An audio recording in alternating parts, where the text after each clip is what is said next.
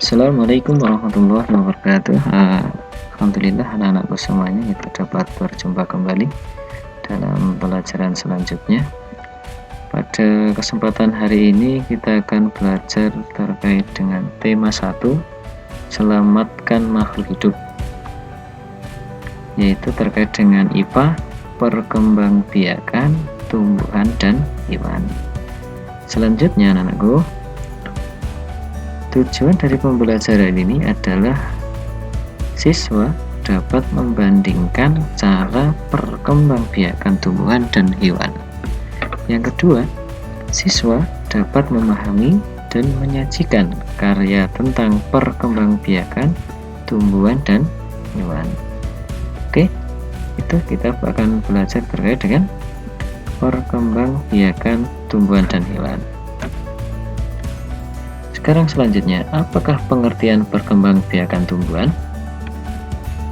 Yaitu suatu proses terbentuknya suatu tumbuhan baru yang sama jenisnya dengan tumbuhan induk. Jadi memperbanyak dirinya ya, untuk sama dengan tumbuhan induknya. Jadi kalau pisang ya jadi pisang. Tujuannya apa? Yaitu sebagai cara untuk mempertahankan jenisnya, agar jenisnya atau tumbuhan itu tidak mengalami kepunahan. Terus perkembangbiakan pada tumbuhan itu dibedakan menjadi 2. Yang pertama, perkembangbiakan generatif. Yang kedua, perkembangbiakan vegetatif. Perkembangbiakan generatif dimulai dengan penyerbukan, sedangkan vegetatif dibedakan menjadi 2, yaitu vegetatif secara alami maupun vegetatif secara buatan. Apa yang alami, apa yang buatan, nanti kita akan pelajari bersama. Yang pertama, perkembangbiakan generatif. Pengertiannya yaitu perkembangbiakan yang terdapat pada tumbuhan yang memiliki bunga dan dilakukan secara kawin. Jadi tumbuhan-tumbuhan yang memiliki bunga secara umum dia melakukan perkembangbiakan generatif. Kemudian prosesnya bagaimana? Yang pertama, mengalami penyerbukan. Penyerbukan itu apa? Jatuhnya atau melekatnya benang sari ke kepala putik. Setelah mengalami penyerbukan, setelah menempel, maka mengalami pembuahan, yaitu perkembangan bakal buah. Dia yang masih buah, bakalnya ya mas, bakal buah akan menjadi buah dan biji kelak ketika sudah besar. Jadi prosesnya itu mengalami penyerbukan, setelah penyerbukan mengalami pembuahan, proses menjadi buah dan biji. Selanjutnya, alat reproduksi bunga dan fungsinya. Ini ada beberapa, ada mahkota, kepala sari, benang sari, kepala putik, tangkai putik. Nah, bakal biji yang di sini. Nanti kalau sudah besar dia menjadi buah dan ada bijinya. Kemudian ada tangkai bunga, dasar bunga di bawah bakal biji ini. Terus ada kelopak seperti daun yang kecil ini. Yang pertama, benang sari. Apa itu benang sari? Yaitu sebagai alat kelamin jantan. Jadi benang sari ini terdiri dari tangkainya dan kepala sari. Nah, di kepala sari ini dia memproduksi serbuk sari. Jadi seperti bubuk itu kecil-kecil. Terus yang selanjutnya kepala putik atau putik ini ya, bagian putik ada tangkai putik dan kepala putik.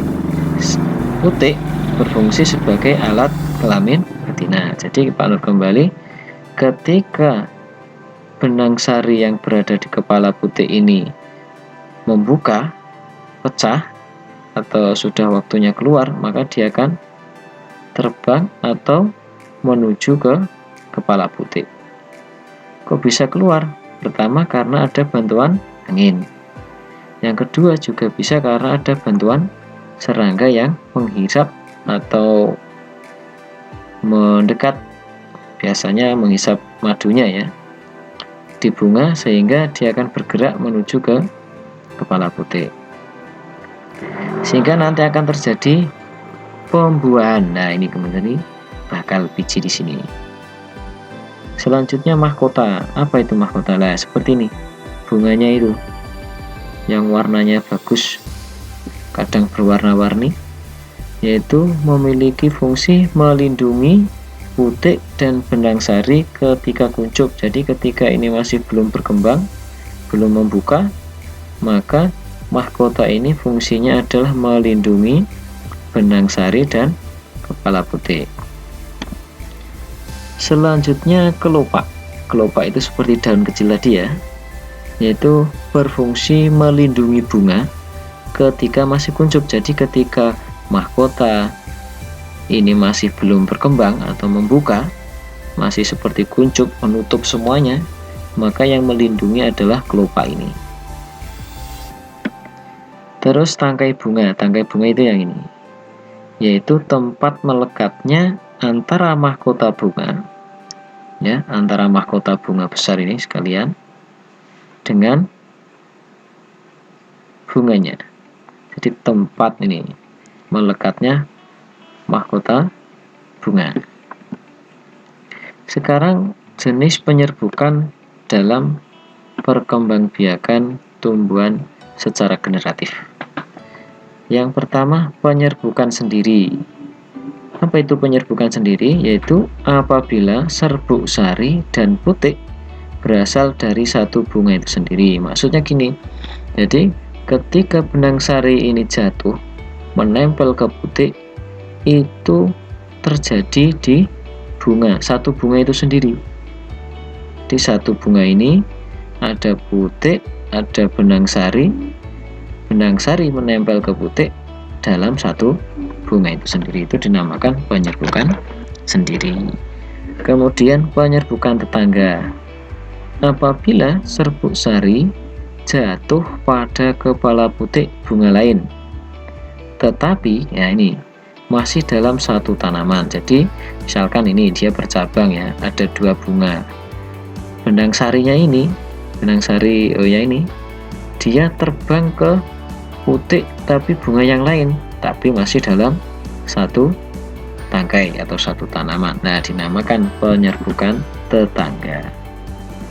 Yang ketiga, penyerbukan silang, yaitu apabila serbuk sari jatuh pada kepala putik dari bunga tanaman lainnya tapi masih dalam satu jenis tanaman. Maksudnya gimana? Misalkan ini bunga dari sebuah mangga misalkan ya, ini mangganya sama, mangga madu, ini juga mangga madu, tapi beda tanaman, beda pohon gitu aja.